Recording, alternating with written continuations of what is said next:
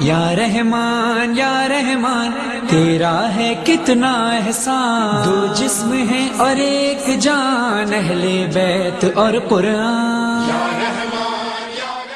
اعوذ باللہ من الشیطان اللعین الرجیم، بسم اللہ الرحمن الرحیم۔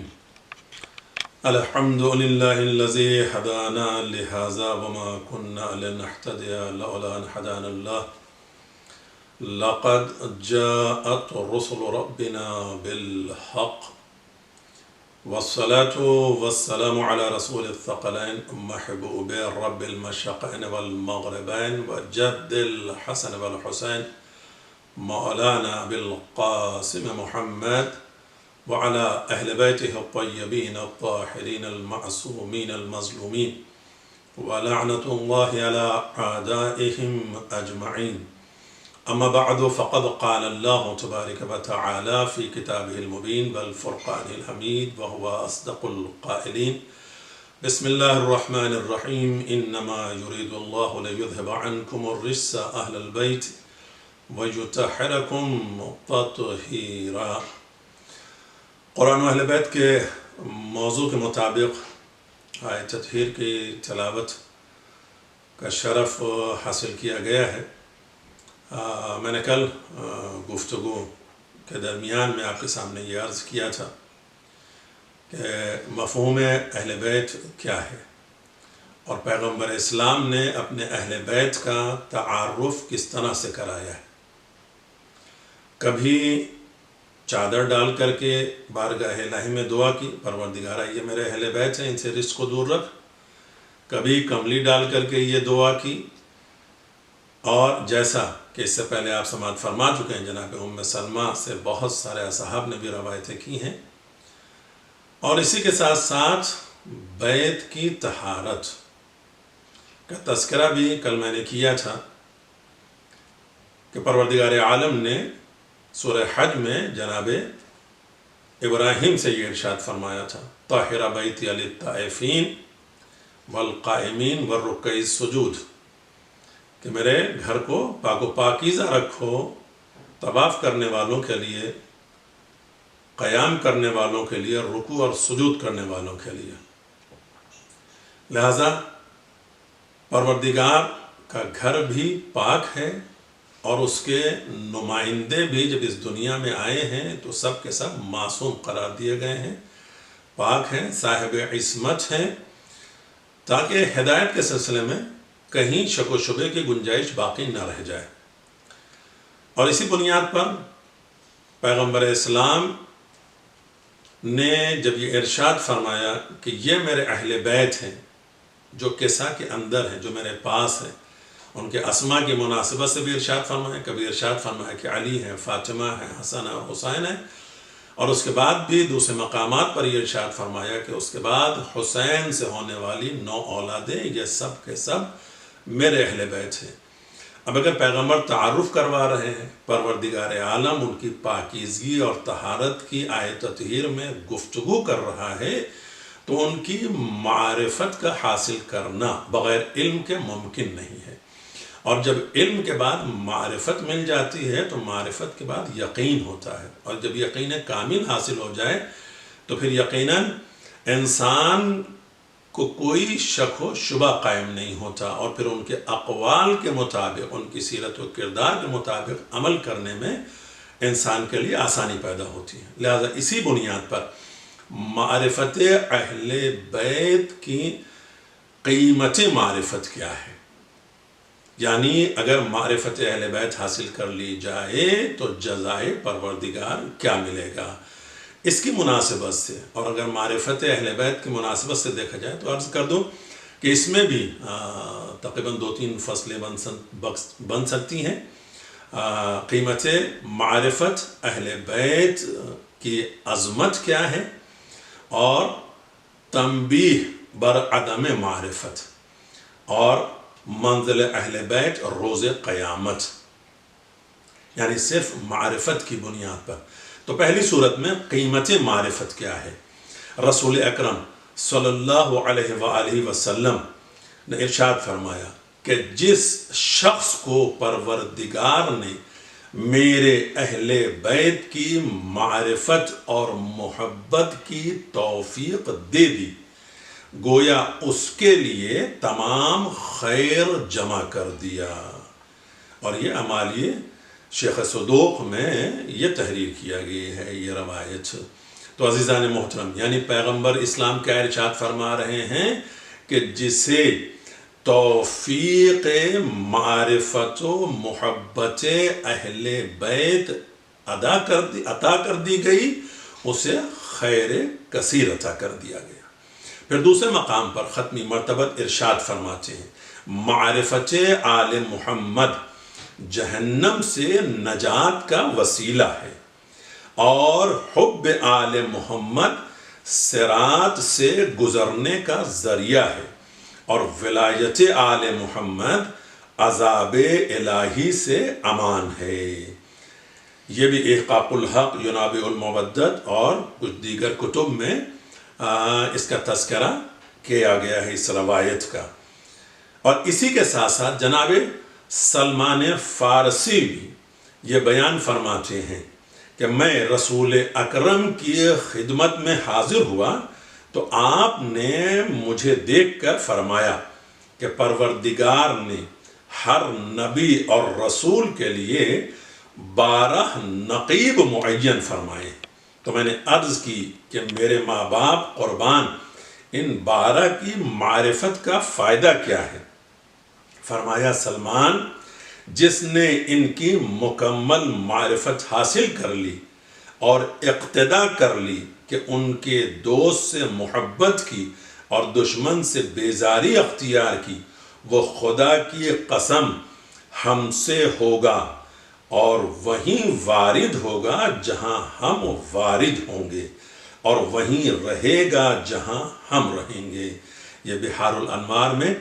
اس روایت کا تذکرہ کیا گیا ہے۔ تو عزیزان محترم، آپ خود اندازہ لگائیں کہ معرفت کا فائدہ کیا ہے، کہ پروردگار عالم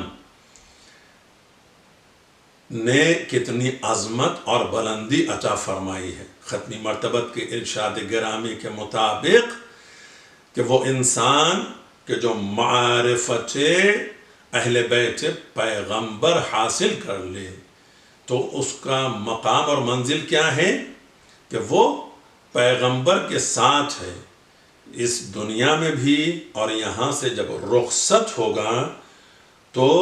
اس آخرت میں بھی اسے جگہ وہی ملے گی۔ امیر المومنین ارشاد فرماتے ہیں کہ خوشبخت ترین انسان وہ ہے جس نے ہمارے فضل کو پہچان لیا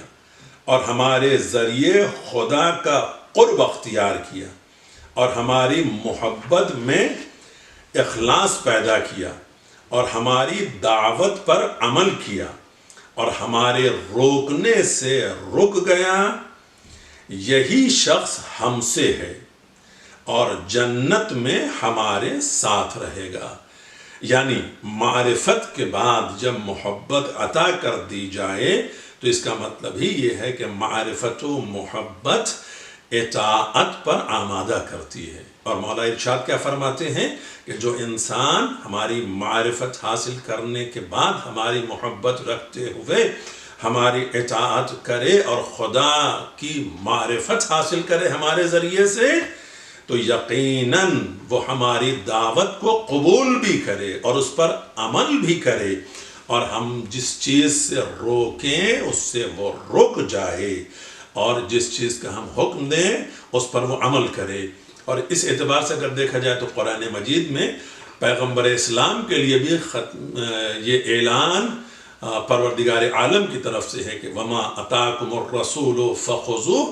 وما نہاکم عنہ فانتہوا، کہ رسول جو تمہیں عطا کرے اسے لو، جس سے منع کرے اسے ترک کر دو، اسے چھوڑ دو۔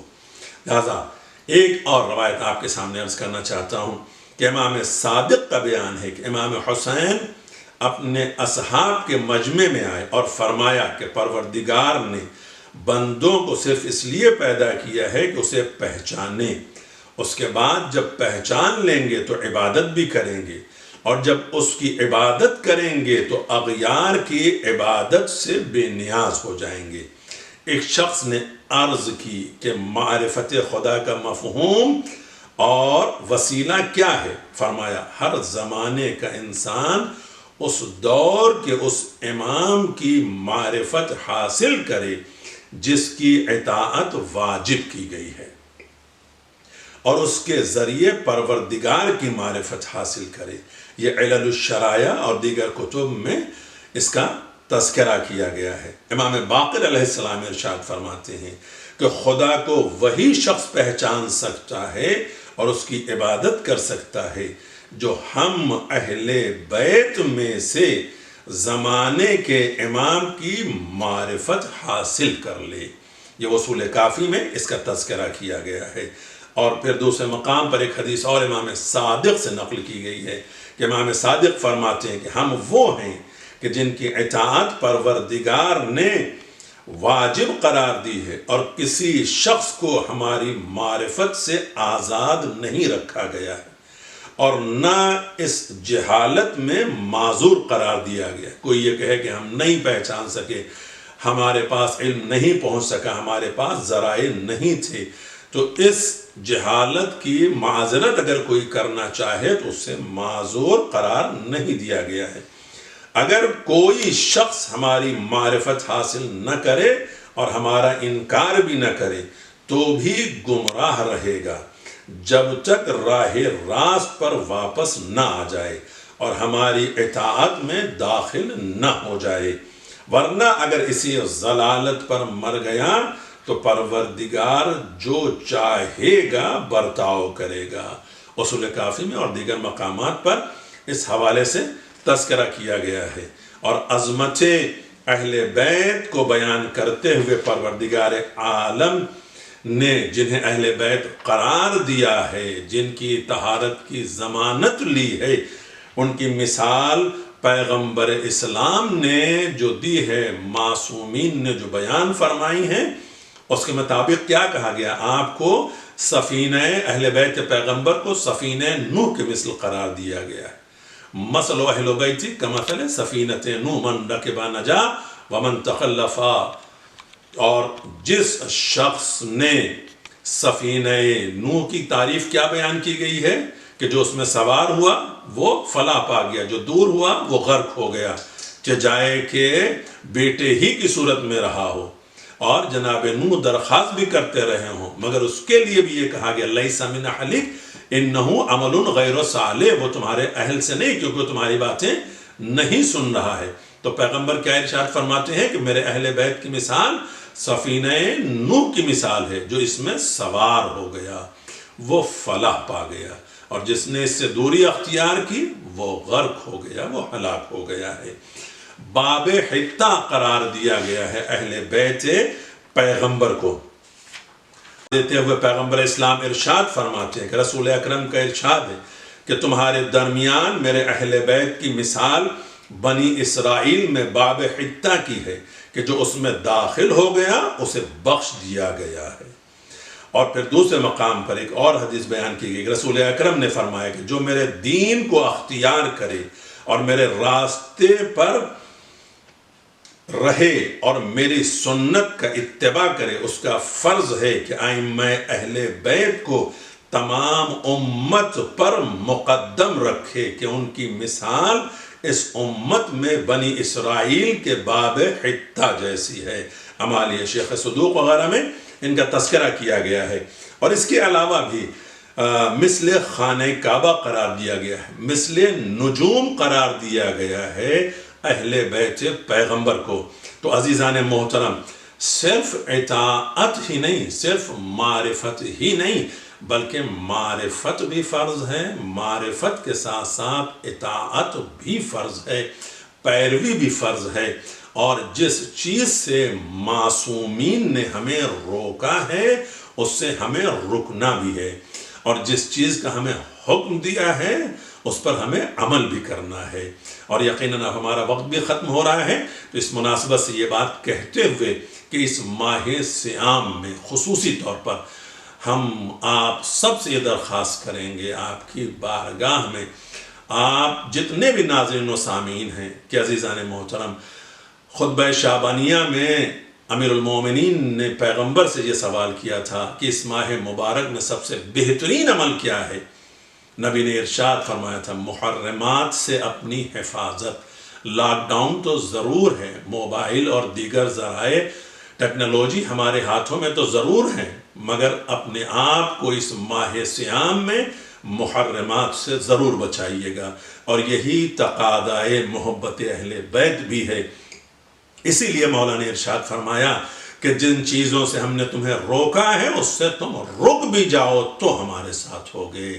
اور ہم اسی کے ساتھ اپنی بات کو تمام کریں گے اور دعا کریں گے پروردگار ہمیں توفیق عطا فرما کہ ہم صحیح طریقے سے معصومین کی معرفت حاصل کرتے ہوئے ان کی اتباع اور اطاعت میں اپنی زندگی گزار سکیں۔ ربنا تقبل منا انك انت السميع العليم ان الله وملائكته يصلون على النبي يا ايها الذين آمنوا صلوا عليه وسلموا تسليما۔ تیرا ہے کتنا احسان، دو جسم ہیں اور ایک جان، اہل بیت اور قرآن۔